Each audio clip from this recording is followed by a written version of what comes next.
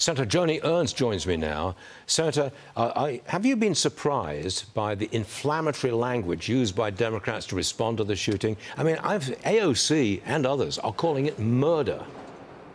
Stuart, I would like to say that I am surprised, but I am not surprised at all. This is the dangerous rhetoric that has been coming from the left for a very long time. And what they do, whether directly or indirectly, they are inciting further violence. These ICE agents were using legal authorities in Minnesota, and yet there were those that came out to impede their operations. Unfortunately, we had a very tragic incident resulting in the death of a young woman.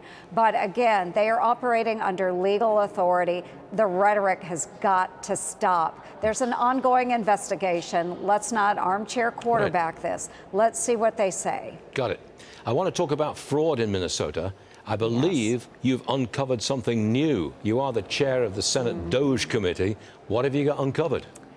Yes, absolutely, Stuart. There is a ton of fraud in Minnesota and many other states. But what I uncovered the other day in one of our spending bills making its way through Congress was a $1 million earmark from Representative Ilhan Omar of Minnesota, which was an earmark that was supposedly going to a substance abuse clinic, which actually happened to be housed in a restaurant and run by 3 individuals that share the same residential address, according to their IRS paperwork. Tons of red flags.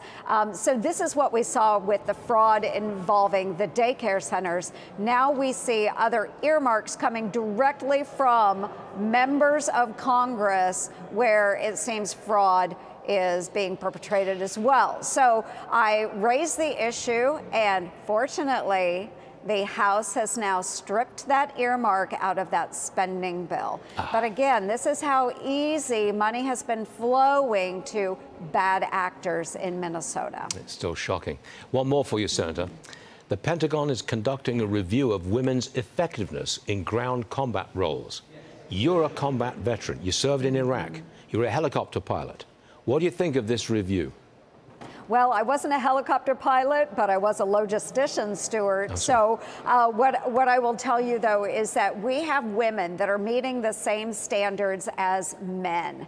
And if those women are qualified for those positions and they are meeting the standard, then they should be able to serve in combat. They are just as effective as the men that they serve with. Now, I would say that there's also many men in those combat roles as well that probably are not as strong as some of those women. So are we going to start pulling those men out of those positions as well? Or are we just targeting these women because we have XX chromosomes? I'm not sure. But again, we are effective leaders. Leadership is necessary in combat. If women are meeting the same physical and mental standards as men, they should be allowed to compete for those positions. And we always appreciate you being on our program. Senator Joni Ernst, thanks very much for joining us. I know we'll see you again soon. Thank you, ma'am. Yes.